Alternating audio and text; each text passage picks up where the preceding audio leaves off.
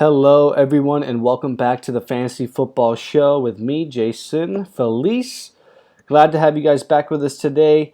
Today, we're going to be starting off with some wide receiver positional rankings and some running back rankings. Then we're going to move into some bye week fill-in options for you guys, dealing with bye weeks this week.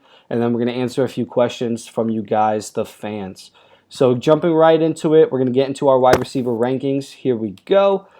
Coming in at number one, wide receiver one for the week, we have Cooper Kupp. Cooper Kupp has been tremendous this year, to say the least. He has shown that he is truly elite and has been probably one of the best wide receivers in the league this year. That is why he's number one.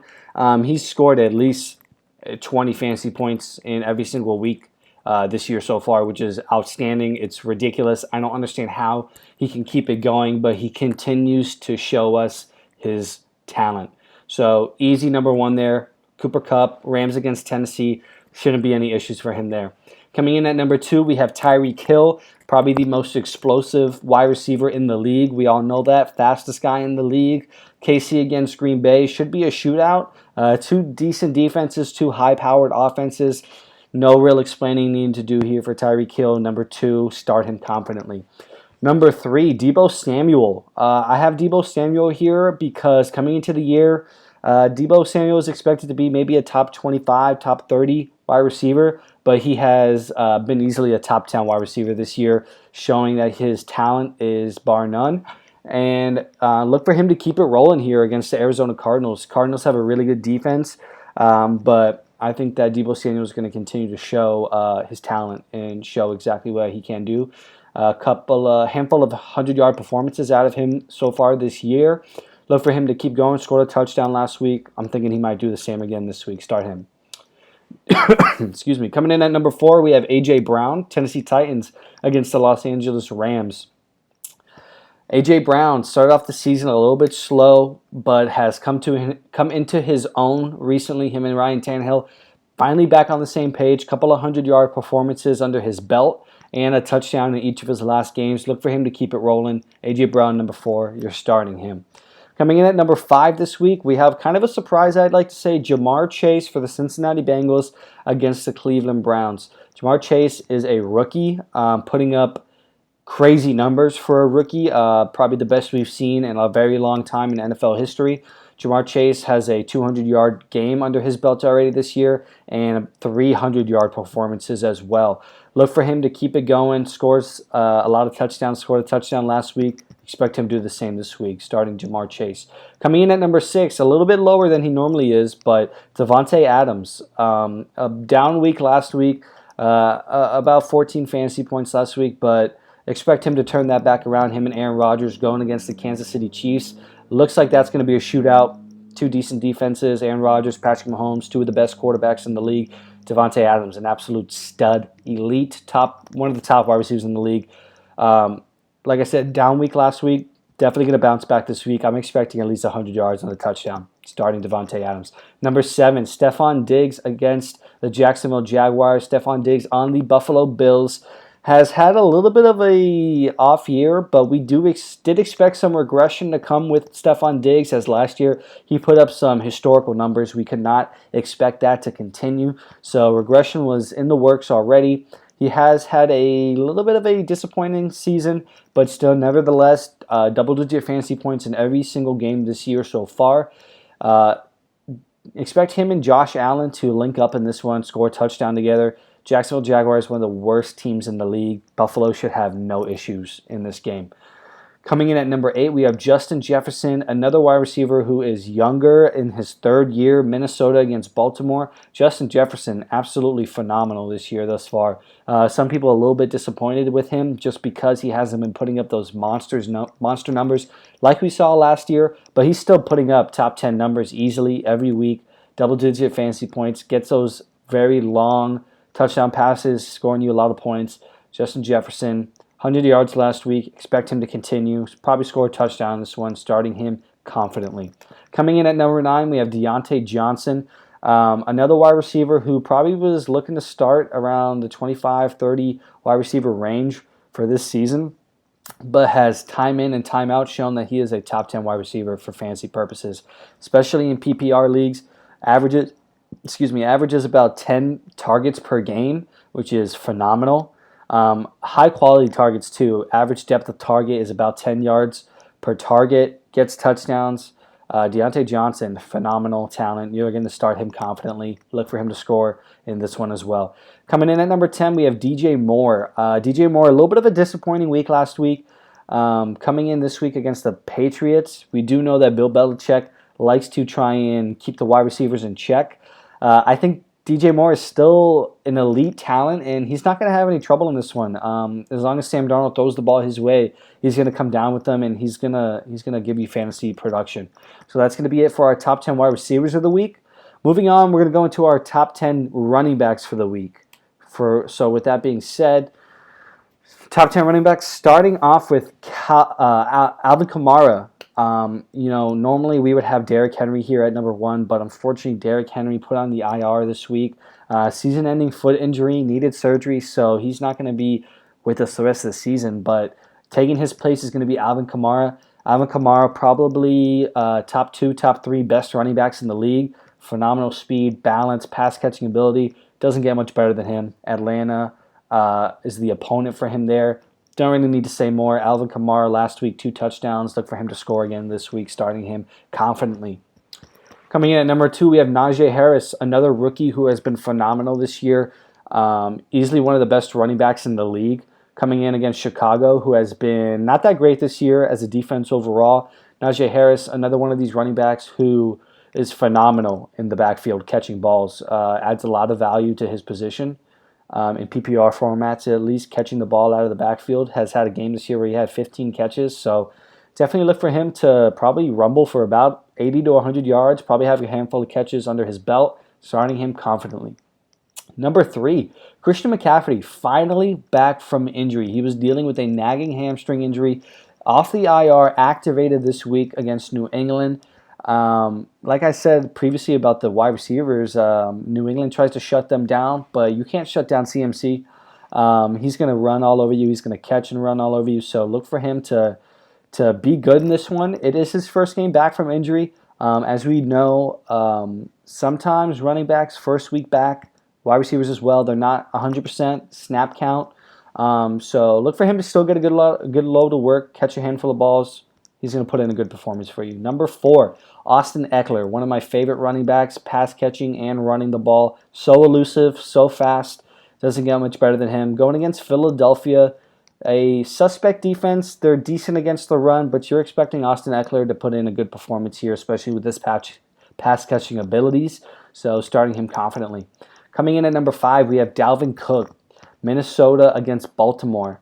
Baltimore Ravens not very good against the run at all. Look for Dalvin Cook to really rumble in this one and pop off for a big game.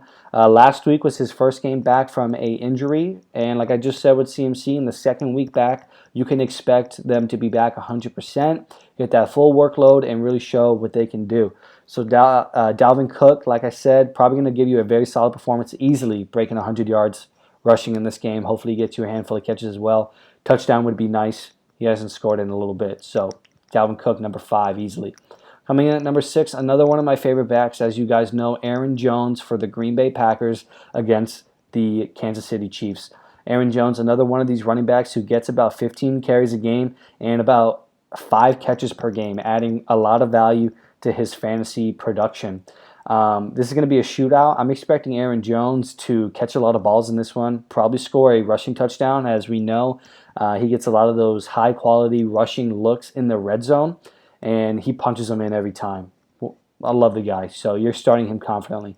Coming in at number 6, we have Ezekiel Elliott. Not much to say about Zeke here. One of the most productive backs in the league, always gets about his 18 to 20 touches, handful of targets out of the backfield. Going against Denver, though, which is a decent defense, so we're going to temper expectations slightly for Zeke. We know he's going to get his work regardless, though. Had 100 yards last week. Let's hope he does it again and scores a touchdown. You're starting Zeke. Coming in at number 8, we have Darrell Henderson Jr. for the Rams against the Tennessee Titans. Darrell Henderson started the year off as a lot of people's 20th, top 20 running back, but over the course of the season so far has definitely shown that he is a top 10 running back, especially in this high-powered Rams offense. gets a lot of receptions out of the backfield, high quality rushes, averages about 4.95 yards per carry. I'd look for him to have a good one in this one as well.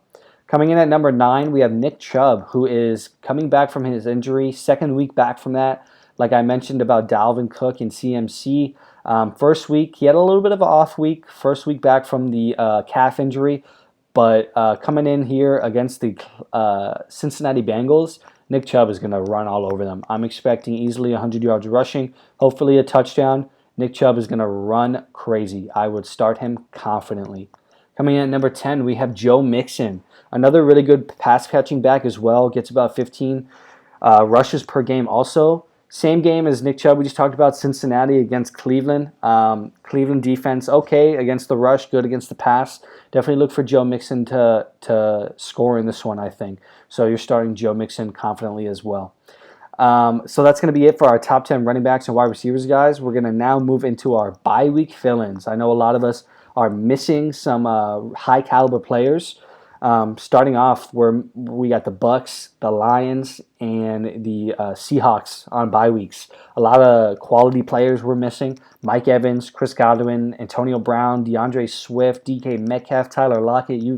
Lots of names we're missing this week. So hopefully we can find some bye week fill-ins for you guys. So we're going to start off with some wide receiver fill-ins. The first one, we have Tim Patrick for the Denver Broncos going against the Cowboys. Tim Patrick, available in about 47% of leagues, has been quality this year. He's going to be the wide receiver 3, especially with Jerry Jeudy coming back from injury for the Denver Broncos. But Tim Patrick gets about 5 to 7 targets per game, gets some high-quality looks, red zone looks as well. If you're desperate, definitely look to pick him up. Like I said, available in about 47% of leagues. Fill him in for your flex spot and hopefully score a touchdown. He's going to be a good fill-in for you. Next wide receiver on the list, Donovan Peoples-Jones for the Cleveland Browns. They're going to be going against the Cincinnati Bengals. And the good thing about Peoples-Jones is that OBJ was just released from the Cleveland Browns. So that's going to open up some targets for the other wide receivers in that offense. We know Jarvis Landry is going to get his looks. He's probably going to get a couple more. But Donovan Peoples-Jones has slowly shown that he is a quality receiver here for the Cleveland Browns, getting a lot of high-quality looks, scoring touchdowns for them. He's available as well in about 55% of leagues, so I would start him too. He's a very good flex candidate. I would look for him to score a touchdown in this one as well, so grab him if he's there, guys. Moving on to our running backs, we are going to have Nyheim Hines for the Indianapolis Colts going against the Jets. Nyheim Hines, the backup to Jonathan Taylor, who Jonathan Taylor has been tremendous this year. But Nyheim Hines still continues to get some work, about 7 to 8 carries per game, averages about 5 to 6 targets per game out of the backfield, which we know those targets are going to be very high-quality looks. And especially in PPR leagues, we want those targets, guys. So Jets, one of the worst teams in the league. Nyheim Hines, pick him up off the waiver wire. Still available in about 50% of leagues. Pick him up, stash him if you need to, but definitely look to play him in your flex or RB2 if you need to this week, if you absolutely have to. Coming in also, we have running back Devonta Freeman for the Baltimore Ravens against the Vikings. Devonta Freeman signed with the Ravens earlier in the year. As we know, the Ravens dealt with a lot of running back issues, injuries this year, and they signed a lot of guys. Devonta Freeman started off getting about 5 carries per game, but has slowly worked his way up to about 15 carries per game and a couple targets. So he's worked his way into a nice role in this offense, and he's produced. So available in about 60% of leagues still, guys. So I would go ahead and go pick him up and start him in your RB2. He's going to produce for you. So looking good there. Our last running back and last player we're going to talk about for our bye weeks is going to be Jordan Howard for the Philadelphia Eagles going against the Chargers. Jordan Howard signed with the Eagles in Week 5. He's jumped around from a few teams since starting his career with the Eagles. And first week back last week, scored 2 touchdowns, had about 70 yards.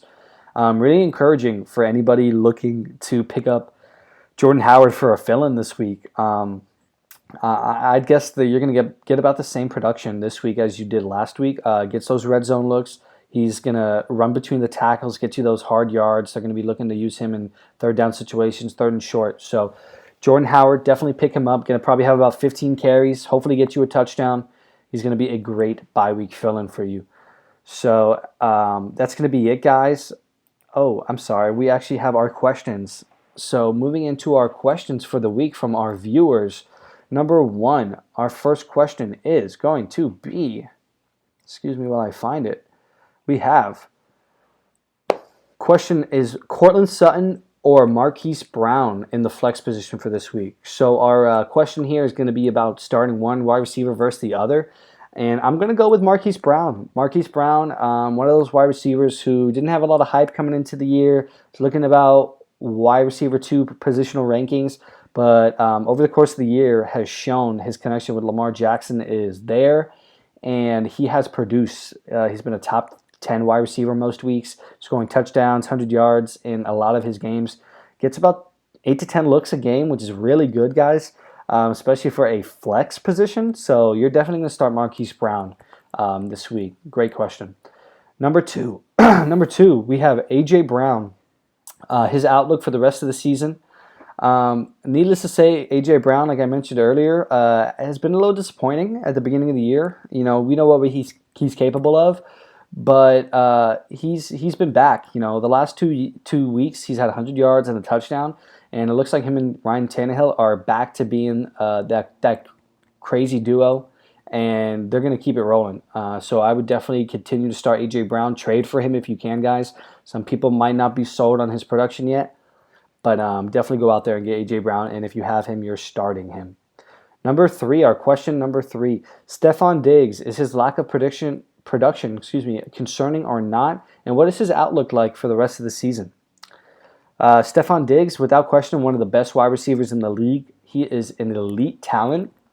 I know his production has been a little lackluster this year so far. We're used to seeing him put up 20, 30-point fantasy weeks. He's only had 2 20-point fantasy weeks this year so far.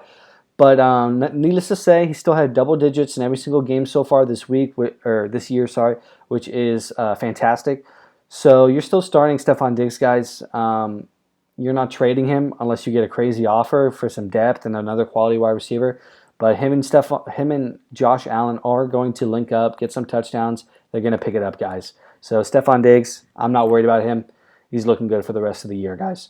So that's going to do it for our show today. Thank you so much for watching, and thank you for all the questions you continue to send in. I love seeing all the questions and being able to answer them for you guys. So until next time on the Fantasy Football Show, thank you guys, and have a great day. Take care. Peace out.